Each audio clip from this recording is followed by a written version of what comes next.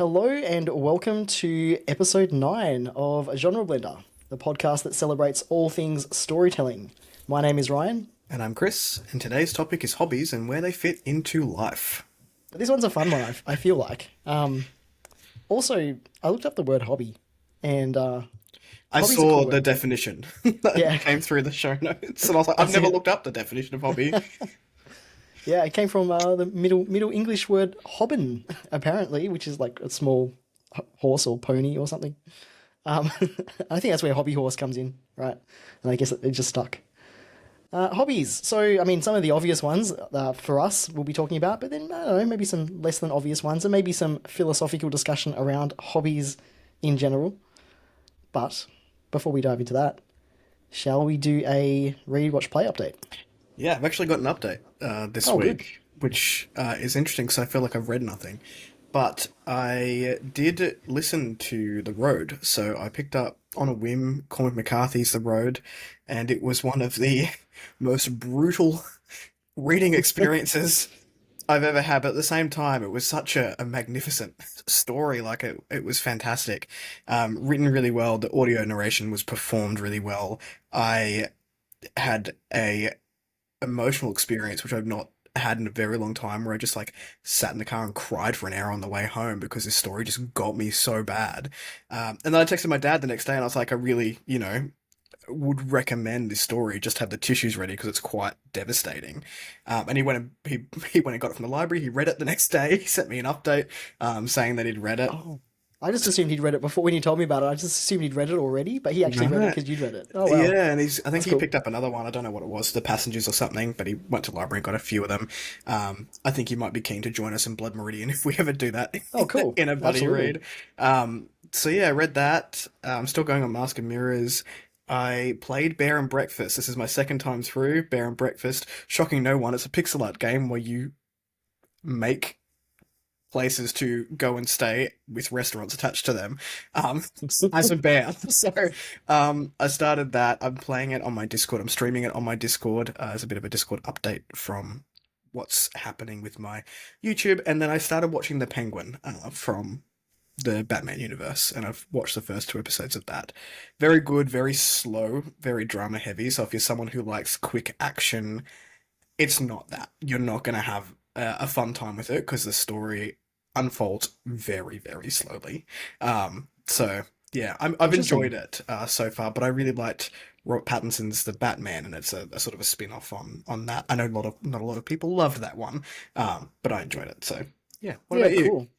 Yeah, interesting. I might actually check out the Penguin because that's, I guess, what I lean to more when it's like slow and kind of drama heavy Yeah, and, same. more political and stuff like that. So interesting. A lot of mafia underpinnings of Yeah. Gotham, which is Hmm. I don't gravitate towards superhero stuff at all, but Same. Batman is probably the one that I have enjoyed the most. So Definitely. Also, on that note, and I've got these, and you should borrow them sometime.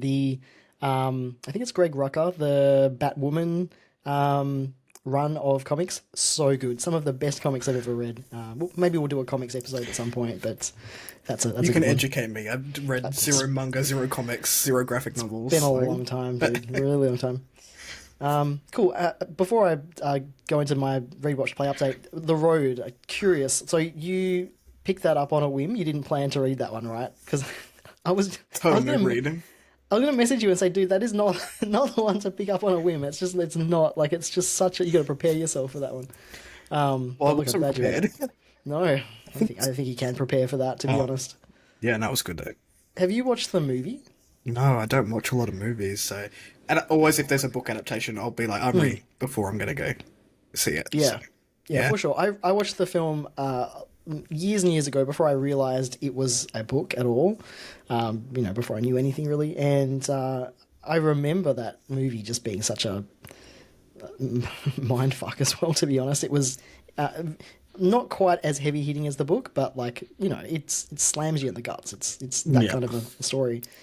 Did you take anything away from the book? Like, is it one of those books you'll just be thinking about for a while and just taking up space in Oh, your mind, or I have you just think got to it's shove it in the side? I think it's right next to Southern Reach. I don't think I'll ever stop thinking about it. But the Cormac McCarthy as an author doesn't write a lot of hope into his stories. It's very devastating. It's very desolation sort of focused.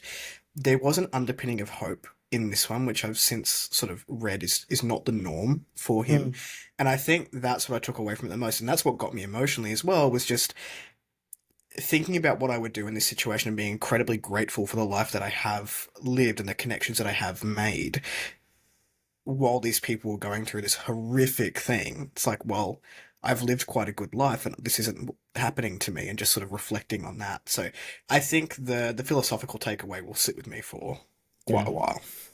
Yeah, interesting. Yeah, I think about it all the time. Like it's just I'll just be doing something like just pops into my head. It's not the kind of story you want to just have just like show up either, but like no, it just hits you. Cool, awesome. Well, I'm glad you read it. It's yeah, we'll certainly read another one at some point. It'd be a good buddy read to do it at some point. So I have actually read a book and finished a book since last time. Not my norm. It's a non-fiction book by Talia Lavin, and it is Culture Warlords. There's I don't know if anyone follows any listeners that is follows any like non-fiction booktubers or bookstagrammers, but there's a book going around at the moment which is our newest one, which is Wild Faith. It's the subtitle is How the Christian Right is Taking Over America. So you can kind of get a sense of what these books are about. But honestly, it was just, because I'm still sort of wrapping my head around the US election and what happened and how it happened, and I'm still, still caught up in that. And just trying to figure that out and understand a bit more. So I was just, was picking up a few different books for that. So I read that one because her new book's out, and everyone's reading that one, and I'll get around to that one. But I thought I'd read this one first. I'm not going to say any more on that. You kind of know what that is. Also watching a TV show called Disclaimer. I don't know if you've seen that. It's on Apple TV Plus. Yeah. Really good. I only watched a couple of episodes, but it's really interesting in the sense that the format is unique. It's a little bit meta because it's kind of a story about a story within a story, or a story. Yeah, anyway, I'm not going to go down that rabbit The hole. Inception effect. Yeah, a little bit. But it's a psychological thriller, and it's about an event that happens, and then things are sort of uncovered, and you sort of understand these characters' motivations and stuff. But there's a story that gets written by a character in the film, in the TV show, and then that comes up, and then there's narration of that story as from the points of view of the characters, sort of scattered throughout the show. So I only watched a couple of episodes. So it's very good if anyone's interested in that kind of a more unique style of storytelling. It's kind of interesting. And then Dragon Age. Honestly, my life has been Dragon Age, so I mean, probably put in about 100 hours at this point, over about 3 weeks. What are you going to do when it's done? What's next? My life is over. That's it. So no. Start again. Play another one. And I'll talk about it properly next episode. I'll do like a little mini review. But I love it. I think it's fantastic. I have had some interesting conversations with some people over on Threads. I've been using Threads a little bit more. There's quite a big community of gamers on Threads as well, and people into RPGs. So it's come up a little bit with conversations with other people about certain characters, and there's still a lot of like, I don't know, I won't say hate towards the game, but there's a lot of people still complaining about stupid things. But anyway, whatever. I'm loving it, but I'll talk more about it next time. But yeah, I'm loving some of the representation, and I think it's fantastic. I'm waiting for the unfinished update. I'm done. How's Rachel going with it? Yeah, good. She hasn't played a whole lot. She's pretty busy work-wise at the moment, so got a lot going on. She did her presentation to the Editors Board of WA. Oh, wow. So that went really well. We're going to Adelaide next year, just as a live update for people who are listening to the Editors Conference, Editors of Australia conference. Nice. So we'll be spending our anniversary, our 4th year wedding anniversary over at the conference. Have a bookish anniversary. Yeah, 100%. Nice. Very cool. Awesome. So so that's what we've been reading, watching, and playing. Main topic that leads us into hobbies. You got to give us this definition. She looked it up. The one from Merriam-Webster. A hobby is a pursuit outside one's regular occupation, engaged in, especially for relaxation. And they all sort of point to this, relaxation, doing something for pleasure or enjoyment. It's self-care. I was just thinking, like, I guess to start with, do you agree with that definition? Is that what a hobby is to you? And also, is there a difference between like hobbies and interests, and like are they all the same thing? Is it purely for enjoyment? And where would you put some of your other pursuits in that? Like, is your reading a hobby? It's, What do you I think? think it's all subjective. I think what one person would call a hobby, somebody wouldn't. Like, if people looked at my life and how I action my hobbies or interests, they'd be like, no, that's a second job. And that's probably how I would Yeah. class it as well. In terms of reading and writing, they have now become bigger than a hobby. I think the interest versus hobby debate is different. For me personally, there is a clear divide between an interest and a hobby. An interest can become a hobby and a hobby can become an interest, vice versa, depending on where you are in your life. I think an interest is something that you vaguely want to pursue maybe at some point in your life. You're interested in a topic or doing something with it, but you're not yet at the point where that is what you would actively go and do to become a hobby, essentially. So a pursuit outside of one's regular occupation is quite interesting to me because my regular occupation is customs. Like I work for an international freight company in customs, which is what pays the bills. Is that an occupation? We could go on and like jump into this black hole of definitions of what means what. But I read, and I would argue that that's probably a second occupation because of having a booktube channel. Like I put 2 videos out per week. I read between 5 to 8 books a month. I mean, it's been a slow month this month, but on average, I I do book reviews over on a blog, which is a public blog. They do SEO tactics, like they get paid to do it. I believe. Don't quote me on that. I now read for Aurealis. I do short fiction reviews for them to then either push that into their magazines or not. So it's definitely bigger than a hobby. I would probably say that I put about 20 hours a week into it, but I'm also not being paid for it, so it's not an occupation. So where do you draw the line? Yeah, it's a bit of a grey area, isn't it? And that like those are really good examples of exactly that because you can absolutely say, hey, you do them for enjoyment because you enjoy the Oh, process of 100%. doing all of that, right? You wouldn't be doing it otherwise. But at the same time, it isn't like it's not accurate to say, oh, that's my hobby. It's like it's more than that, obviously, because you spend so much time doing it and with the intention of it being bigger than what it is currently Yeah. as well, like to grow that as well. But like I was just when I was thinking about it, like I do have quite clear divides between my work and my hobbies. Like for me, reading and like obviously gaming and like TV and movies and like those kinds of things, they absolutely fall into the hobby category. And yeah, they like can be more than that. But like I'm not doing them with the intention of becoming like a book reviewer or going into literary criticism or anything like that. Like I've done, I've worked in editing and publishing, but like I don't have any intention of pursuing that. So like those are firmly for me like hobbies. But something like for me, I've got like I enjoy street photography and just photography in general. I don't ever want to make money with those. So those are firmly hobbies as well, right? But something like writing, that I'm not sure because that one will, I want to go somewhere else with that at some point. Notice that in the notes you put like if you're planning to publish, does writing become not a hobby? Because I Mm, would say for me, writing is a hobby, and that is purely because my intention with what I'm writing is not to make money.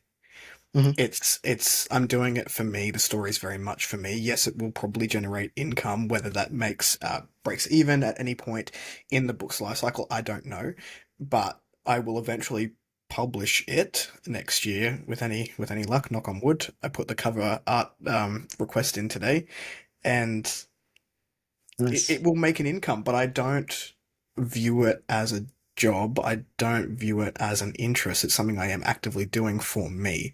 So Mhm. therefore that's a hobby. Where I think if your intent was to go and make money with it, then that is another form of income and then not a hobby. Yeah, especially with like the hustle culture today as well. Oh Like yeah. We'll get into that's that. yeah, I'm sure. All of that has changed. I think it's also changed the way people view this stuff as well and their relationship with hobbies in general. And I think actually that realization for me when especially when I was like streaming on Twitch as well, and it because I mean I wasn't making very much money at all, but like there was some income associated with that.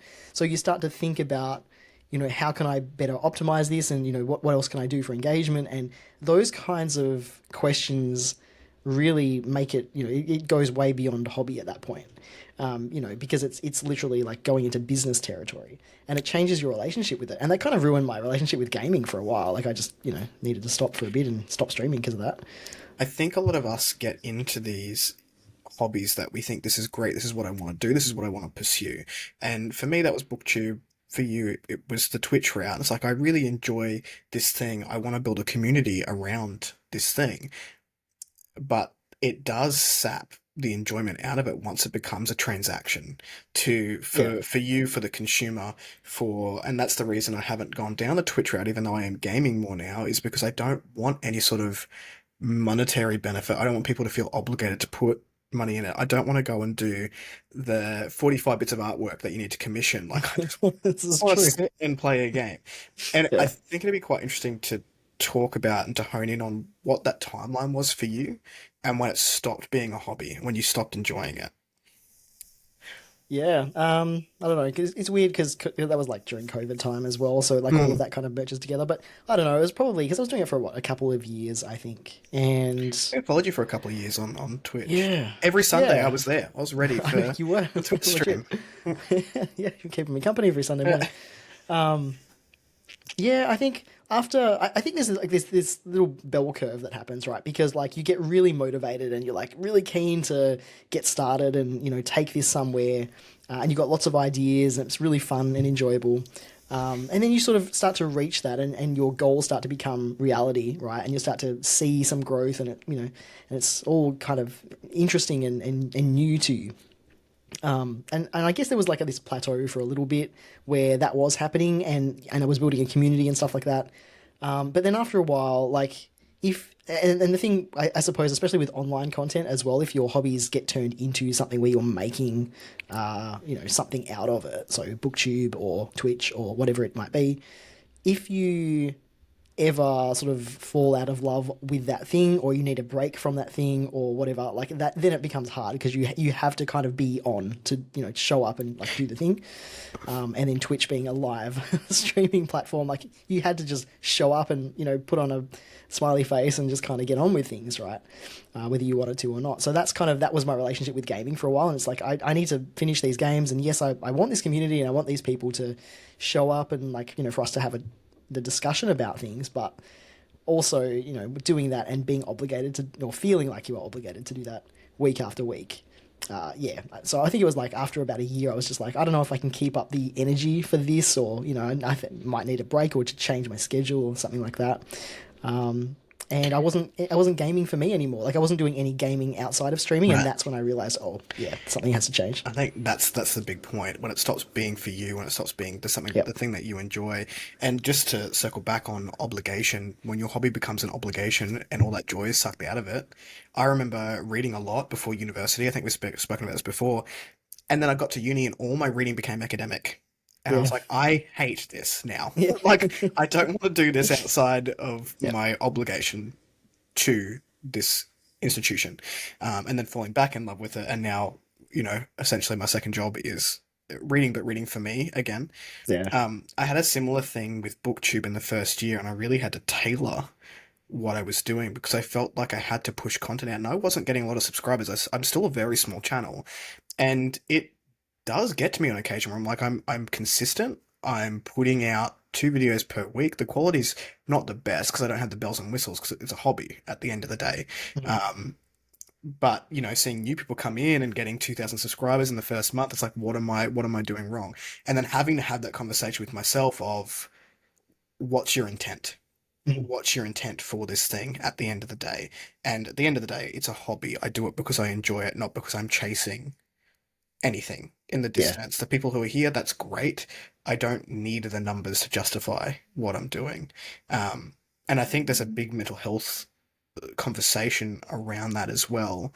Make sure you're doing these things for you Yeah. rather than Absolutely. chasing something that may not be attainable because it's going to change your relationship with it. Yeah.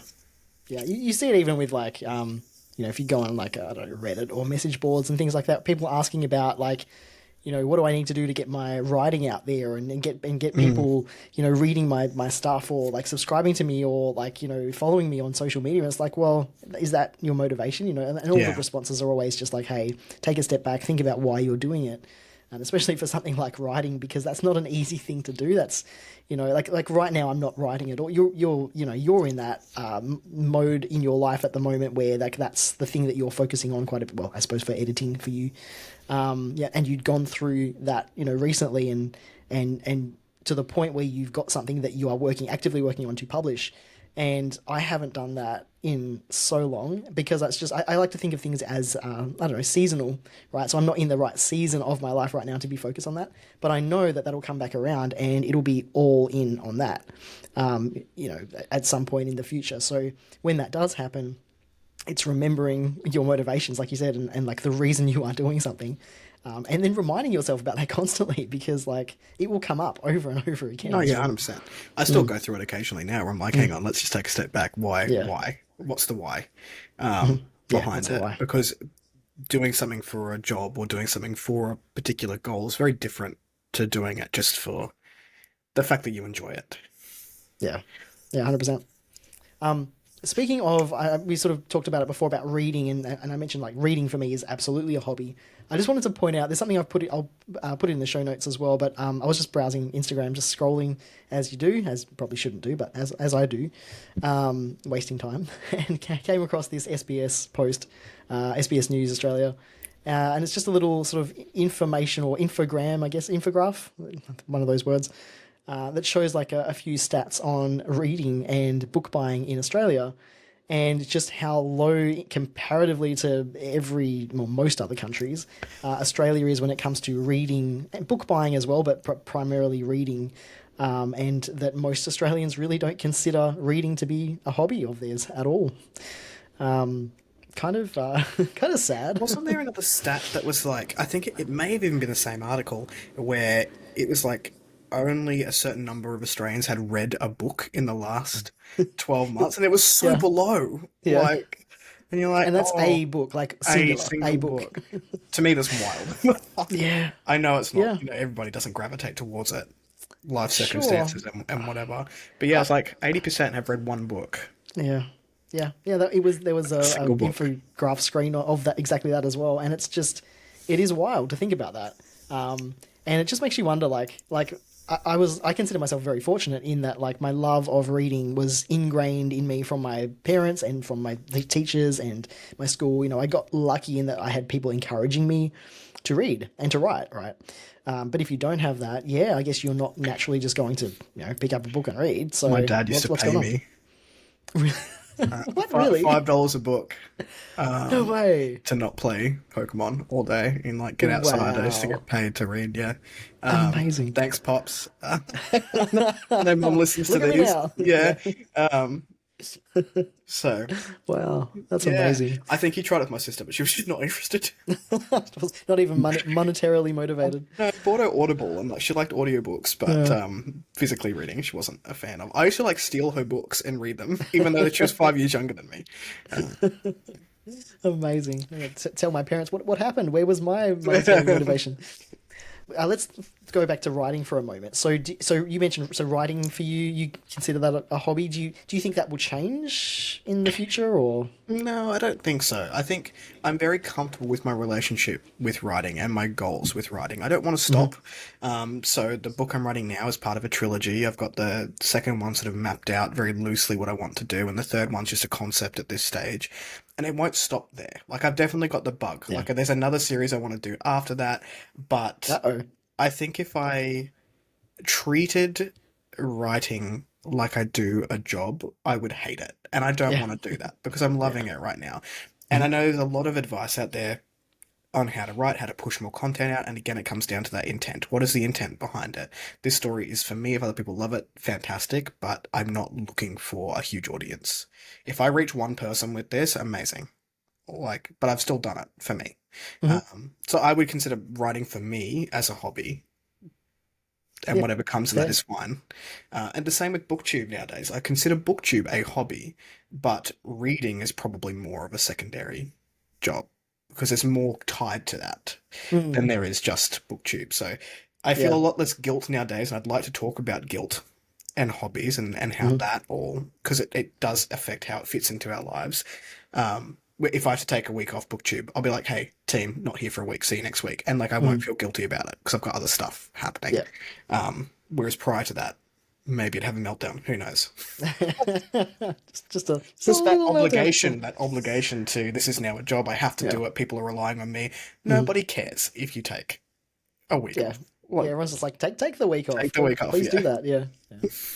Yeah. That's fair. So, so yeah. So let's talk about guilt and feeling obligated and like all of that. So, are there any hobbies that you have or things that you do where you do feel guilty and like what does that look like and how have you dealt with that? I think anything really. We are brought up in the hustle culture. You mentioned it earlier, and our parents were very much brought up in the hustle culture. Your worth was tied to how productive you can be, and that gets passed down generation to generation. You know, you think of the boomers. This is going to get philosophical. Sorry, team. You think of Don't worry, do boomers it. at the moment, like their life worth was in raising families and in their ability to work to a certain age. And it wasn't until much later in life we saw them, like I'm just thinking of my grandparents, where they learnt that they could enjoy Yeah. things. And you see that passed down to sort of Gen X. And like, I know my dad's got a super like hustle culture, not feeling productive, seeing that guilt, and then also having those messages passed down to me and me being like, no, like, I don't want that for my life. But I think we do get so caught up in it. And that comes from, in my opinion, this is not scientifically based world, that we are taught that being productive is what gives our life meaning, whether that be through school, whether that be through even younger, doing chores. You are praised for being productive and you are not praised for relaxing and you're not praised for your hobbies. So that guilt comes from chasing the need to be productive at all times. So what's to say your hobbies are not making you more productive because you get that time to Yep. reflect. But I definitely felt it on the booktube side of things. So when I first came into it, I came into booktube and it was 2 videos a week. Very quickly, I had a lot of ideas. I was very excited about it. I wanted to chuck out 3 videos a week, turned into 4 videos plus a live, and like it was just consuming all of my time. When I went, whoa, I need to back away from this, there was definitely that wave of I've put this expectation out. It is now my job to keep that up. And then that led to burnout. And then I had to do that reset of what am I doing this for? And it was because I wasn't feeling productive in my hobby, which is a very Yeah. interesting place to be. Because I'm like, I have my job. I was studying at the time for a master's in counseling, and I was trying to do booktube at the same time, and I just had zero time for anything else. But if I wasn't scheduling my time to feel like I was being productive while also having a hobby, it didn't quite connect. Mhm. How does guilt fit in for yourself as well? Because you've recently come into full-time employment, whereas previously part-time, right? So has that shifted Yeah. for you?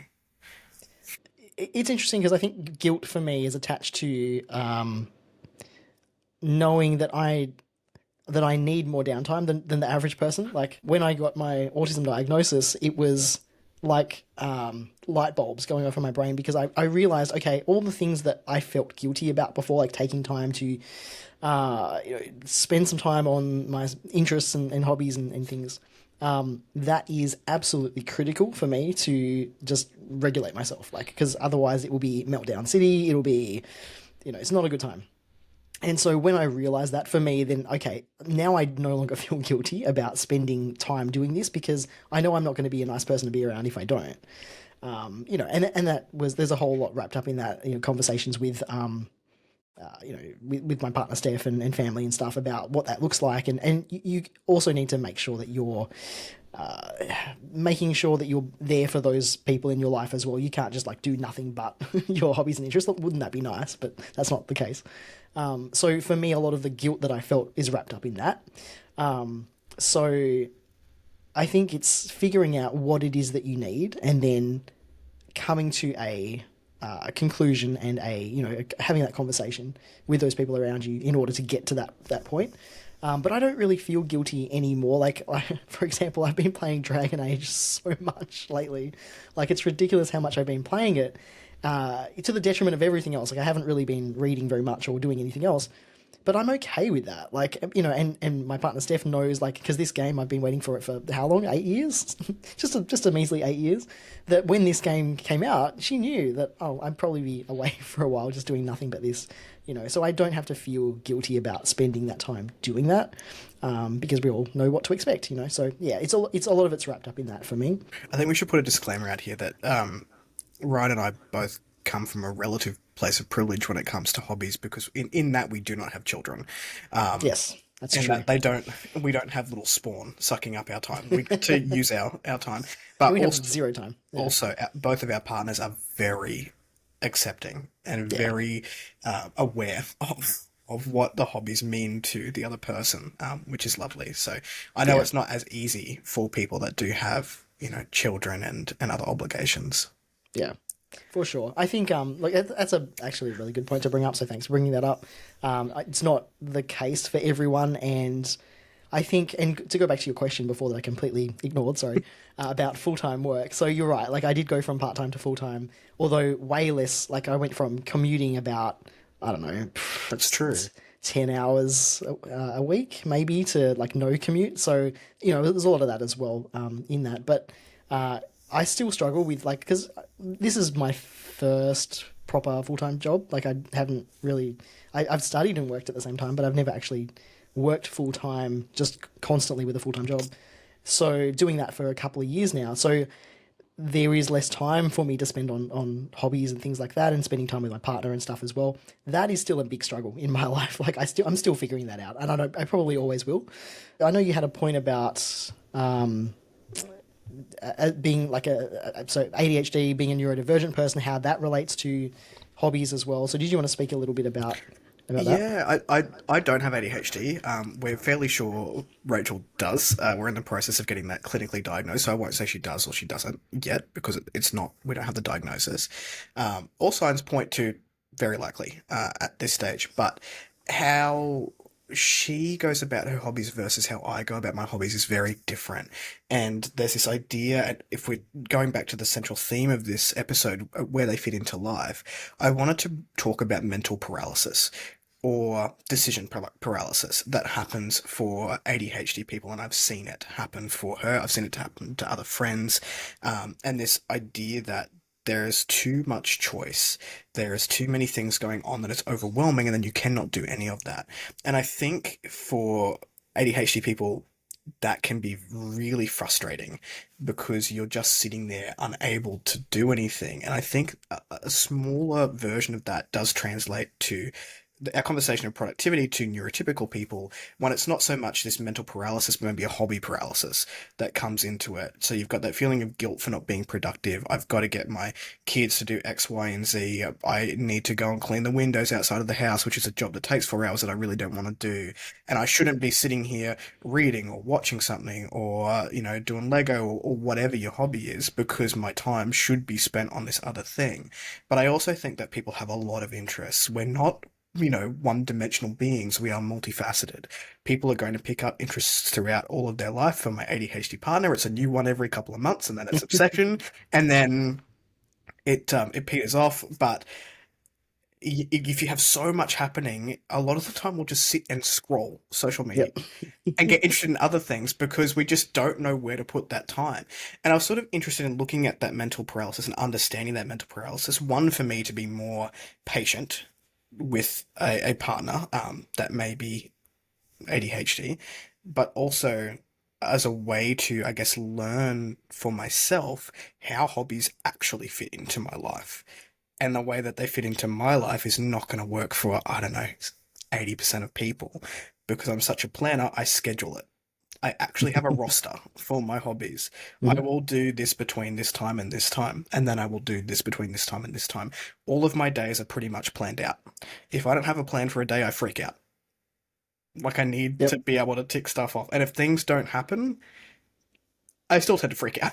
So, um, but I know that that paralysis can be quite debilitating, even for me. So I'm like, okay, well, I had these goals that I want to achieve.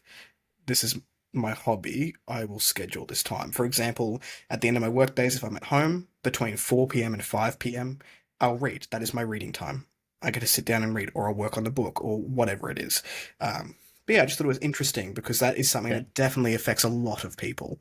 And I think a lot of millennials, people our age, are now starting to realize they do have adult ADHD that's been undiagnosed their whole life, and this stuff makes a lot of sense Yeah. for them. Yeah, for sure. I think that's a really good point because I think we all, like everyone, no matter about your neurotype, experience this to an extent. And I think, yeah, when it comes to neurodivergent folks, it's a little bit like decision paralysis when there's too many choices, too many things, like you can't decide what to do. And I absolutely experience that a lot too. And that leads into like executive dysfunction as well, and not being able to like even get up and clean for the day because there's just too much to clean. What do you clean? I don't know. I'm going to sit here and freak out about it instead, and then feel guilty about not doing it. That's it. Or the other extreme, which is what I'll do sometimes, do all the cleaning, and then you've got no spoons left to do any hobbies, right? It's just like, you can't win. Yeah. Yeah. I know that Rachel definitely has her like days, and like it'll just be a frenzy, and like Lemon Pledge will be out. If I can smell lemon, I'm like, oh, I know it's on. I know we're doing cleaning today, and I need to leave. That's it. And what kind of day it's going to be? Yeah. 100%. Yeah. No, it's a great point. I've tried to be very mindful in the last probably couple of years about things like social media. I'm not a big scroller, thankfully. I know a lot of people struggle with that, and I have in the past. Like, I think we all have, and I think it's just a byproduct of technology these days and just the world at the moment. But thankfully, I don't I don't tend towards doing that just randomly.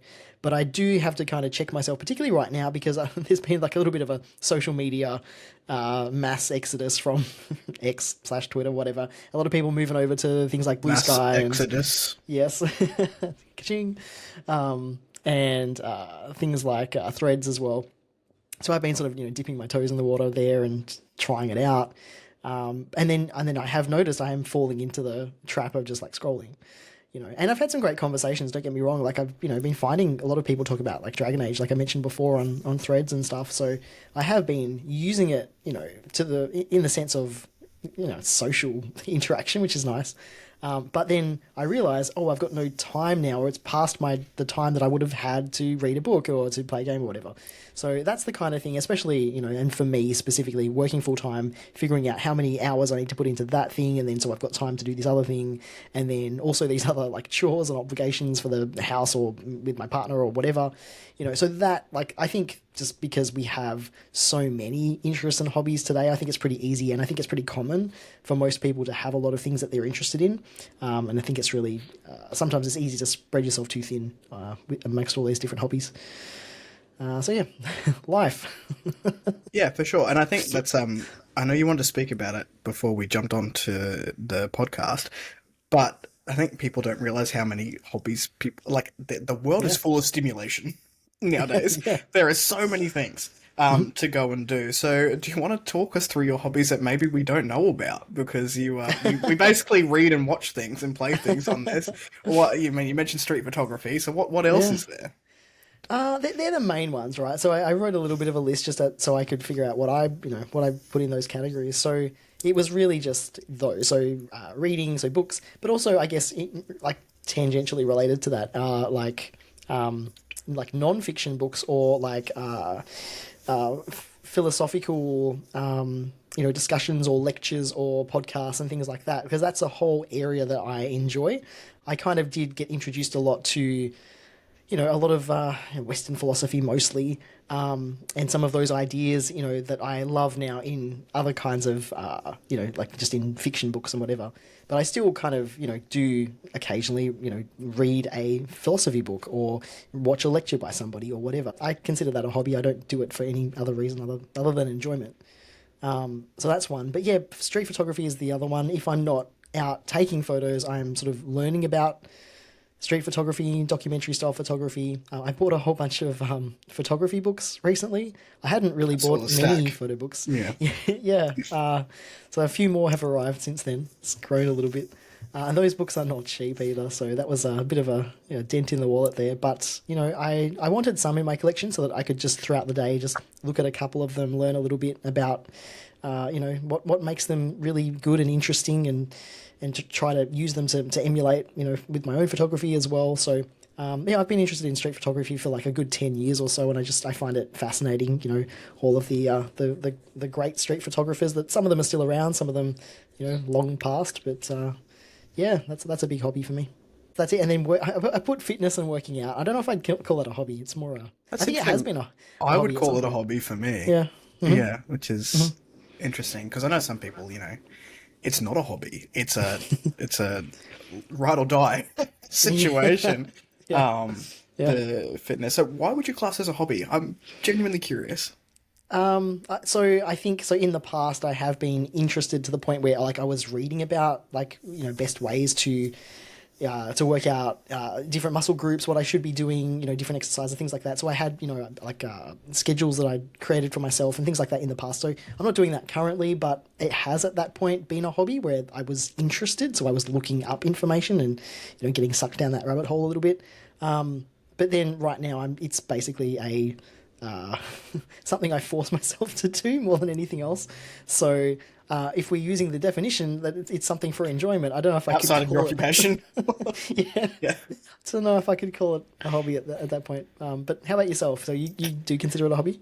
I do. And I think it's because I enjoy it. I do genuinely enjoy working out and moving my body, but I also know that if I don't, that's when I get cranky. So Yeah. if I tend to, my aim is only 4 days a week, so I'm not like hardcore. My aim is to walk half an hour every day with the dogs, and the dogs help with that because they need to get out for at least 30 minutes a day, and we've got our routes. But in terms of working out, the drive to the gym, 30 to 40 minutes I'm in the gym, and the drive home, it's usually about an hour. That is my time. Like, that is the time that I get to think about all the other stuff. Like, I just clear my brain, whether I'm listening to a podcast or I'm listening to an audiobook or I'm just listening to music or it's off and I've just got the headphones in so no one talks to me. And I'm Legit. just thinking about it. That is super valuable time for me just to be by myself and hopefully not die from any sort of heavy weight over my face. But I genuinely enjoy that time, and I do notice that if I don't do that, like if I'm away for work, for example, and because I'm in Perth, the timings are normally just super early wherever I am because it's mostly Sydney. So that's 2 hours time difference. I need to be in the office at like 4 a.m. my time. Hmm. I don't have time to go and do it, and I normally notice at the end of that week I'll be cranky. Like I will Yeah. need to go and let some endorphins out Yeah. somewhere, or try and work in like a hotel gym situation, even if it's just walking, just to get Yeah. it out. But I don't consider it to be something I have to do. It's just something I genuinely enjoy doing. But very Hmm. similar, I also went down the rabbit hole of researching. I used to take my family out to a park and I would run like PT sessions for them. I Oh thought wow. very briefly of doing it for a career of just having that Oh, qualification because interesting. I'm very average as a body type. I'm not muscly, I'm very short, but I never see anyone of that body type sort of Hmm. being a personal trainer. And I was like, maybe that'd be, someone who does it casually who could also help people do it casually. So yeah, just don't know. Interesting. I think Yeah. went off on a tangent again. No, no, No it's shocks. fascinating. Yeah, yeah. No, it's like it's super fascinating because I think like because anything can be a hobby, like any kind of thing. If you sort of take it to the level of looking it up and I'm researching it and whatever else, yeah, that can be literally anything. So Me and yeah, these guys I right now. People who can't see their camera, I'll just tell up a nano block. That's my new hobby. do you kind of get into a little bit of like a meditative state when you do that? That's why I picked it up. I needed a Yeah. hobby outside of books because the books became a job. So I now needed to find something that I could relax and turn my brain off from book things. Mhm. I find it very difficult personally to do more than one thing at once, like to the point where I get very frustrated if even if I'm trying to do that and I'm listening to music, it has to be like no lyrics, just very Yeah. chilled out Same. vibes. Otherwise, I'll be trying to listen to the music and getting very frustrated at the lyrics and things like that. Even reading, like I need silence to read. I bought those loop headphones. They are so good. So that It's other people good. can just live their lives in their house when I'm not getting raging at the other end. Yeah. Yeah, so I ended up going to nanoblocks. I can't tell you that I don't rage quit on occasion and then have to go back to it and redo it, but a couple of hours, I know that's just me and my brain just focusing on one thing. Like the focus is just pulled to Yeah. that. task. It's another expensive hobby. It's great. Yeah, they're not cheap. Yeah, No. another thing to add to the list. Any others that you wanted to mention that we've missed? I think that's basically it. With BookTube, I actually view it as a hobby and as more than. So a hobby watching. So if I'm having like a down day or I just need to turn my brain off, I will tend to watch BookTube rather than go to anything else because I genuinely enjoy reading. I'm very excited about books and literature from all walks of life. Like I need to diversify my own reading and I get to learn about that stuff through BookTube. I will scroll Goodreads to see what my friends are reading and see if I want to put them on my list as well. Like that's a social media outlet for me is Goodreads to like flick through and see what people are reading. Reading is a hobby if I'm just reading for enjoyment, not reading for obligation. Writing, I consider that a hobby. Gaming, I consider that a hobby. I do it very casually. But yeah, it's mainly those three and now Nanoblocks being the next one and working out. Yeah. Yeah. Yeah, it's good. I think just one last point on like just hobbies and my own hobbies, but like I realized I needed more or needed at least a hobby to take outside that wasn't just inside watching something, reading something, being like engaging my brain in that way. That's kind of for me my interest in street photography and I guess working out as well, though I mostly do that inside anyway. But I think it's important to have a bit of a variety of hobbies. I kind of want to get more into gardening. We kind of need to do a yard anyway, so it's probably a good excuse for that. But I'm not a natural outside person, so like that is always a bit of a like I have to, okay, we're going outside now. We're going to spend some time in the sun. I do not like hot weather. Do not do well in hot weather. So that kind of thing. But I think it is important to kind of to realize, okay, cool. I need more kind of hobbies or interests or at least activities that you're taking outside or doing that are in a different location to where you currently are. So yeah, that's why I something like the else to gym keep as in mind. well because like gets me out of the else. house a few days a week. Yeah, That's it. I need to ask you one question before we wrap up. Yeah. Where do hobbies fit into your life, and how do you fit hobbies into your life? I feel like I answered mine with the schedule, so throw it back to the topic of the episode. Where do they fit into your life?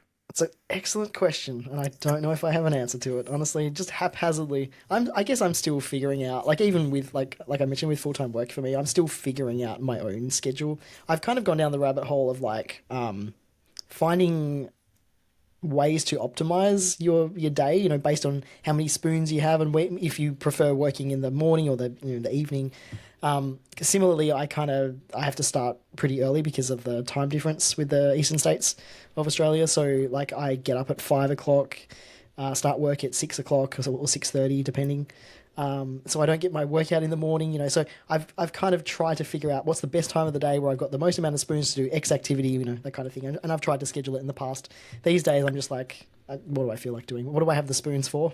Let's just roll with that. Interesting point about the times of the day and like where your brain is optimized. Because where is your natural time of the day? Morning, for sure. Yeah, same. Which is the only reason I can like do my job and get up and start work at 6 a.m.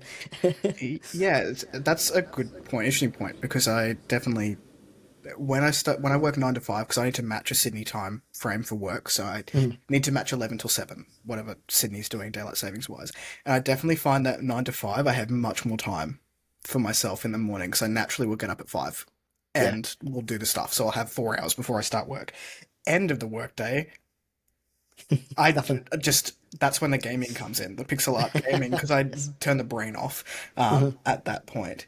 But I will say, I forgot one hobby is probably cooking and like talking to my mum specifically about cooking. That's a big one for you, yeah. Yeah, well, I love researching new things. I really love the relationship I've been able to grow with my mother over cooking, because she also loves being in the kitchen and creating, things to fuel people. And, we swap recipes back and forth during the week, and it's just a really lovely tie-in to, turning it from something that's just nourishing someone to something that you genuinely enjoy, like experimenting with. Like, we'll talk about what we've cooked. I'm like, I was a bit bland. Oh, she'll go, add this or whatever, and then I can try that the next time. So that's been really nice over the last couple of years since moving out of home, and those like stereotypical dude calling the mum, how do I cook chicken situations that have Nice. come out of it. But yeah, it's been lovely. Yeah, that's a nice one. I'm a little bit, I will admit, I'm a little bit jealous of your love of cooking. I do not share that at all. That is Rachel. I hate. No. It stresses me out. Like we've talked about how Stardew Valley stresses me out because you have like a time limit. Cooking stresses me out because there's too many things to do and keep an eye on, and I can't. My brain just nopes on out of there. Funnily enough, I don't know if Rachel finds it funny. Sorry, Rachel, in advance. One of the things she was told to do whilst going through this diagnosis and seeing if, it was a thing for her, she was challenged to cook a meal for us because she said that's one thing I hate doing. The poor woman had a mental breakdown in the kitchen because her brain just couldn't keep up with all the things that were happening. It took ages, and like just seeing that and being like, oh, this is not for you. Like, this causes you too much stress. Please get out of the kitchen. It's safer for everyone. You're having a terrible time in here, whereas I'll whip up the same thing in half an hour that took 2 hours. Like, it's very interesting. No. It's very not fun. Funny story. So, my dislike of cooking. So, I've never really been interested anyway. But like when I was in high school, we had a very how can I put this in the nicest possible way? A teacher who was very controlling, very mean, and anyway, not a pleasant teacher. Anyway, so she was our cooking teacher. Our what do you call it? Home economics. Yeah.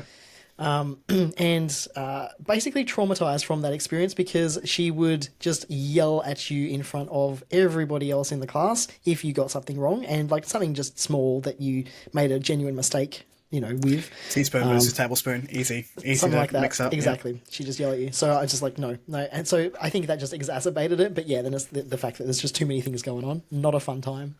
But it is interesting. And so, yeah, I'm slightly jealous of your love of cooking because I wish I was that person, but I'm not. So I'll get you and Steph here at one point and I'll cook you a meal. Done. Yeah. I like eating. Well, that's good. That fits in well. I like providing, so, That's it. So I'm curious if anyone's leaving any comments or anything or wants to join in a discussion. Let us know what your hobbies are. Like what do you enjoy and why, and where do they fit in your life? How have you made time for them? Do you feel guilty about them? What does that look like for you?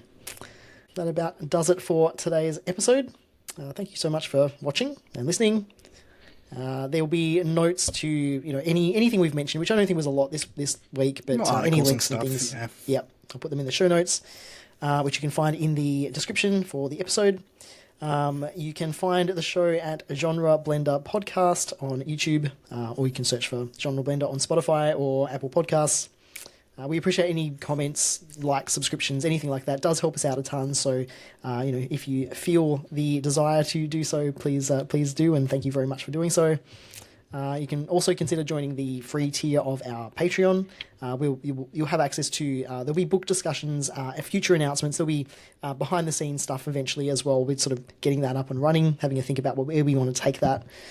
And you can follow us at Genre Blender Podcast on Instagram. We'll post clips on Instagram. We're still looking at different social media. That's on our to-do list for a little while, and especially with all the stuff going on at the moment. Talk about turning hobbies into work. It's a lot of work too, actually, social media in general. But you can find all of the links. They will stay updated on genreblenderpodcast.com. So all our social media links are there. You can find Kris at A Fictional Escapist on YouTube, Instagram, and have you been using Blue Sky? Yeah. Yep, cool, easy. And I'm Ryan.Floyd on Instagram and Threads I've been using, and ryanfloyd.com on Blue Sky as well. I think that's it. That's it. Maybe. Big list. It is. All right. Thank you for joining us, team. To all the world hoppers out there, we wish you safe travels, and we'll catch you in the next episode where we'll be talking about... I didn't look at what we're talking about on the next episode. I think we're doing The Aspiring Author, so it's a writing-focused episode, I think. We are doing The Aspiring Author next time, which will be another interesting one for us. Different writing styles and what we like to write. Nice. Cool. Till then, though, catch you next time. See ya. Bye. Stay safe out there.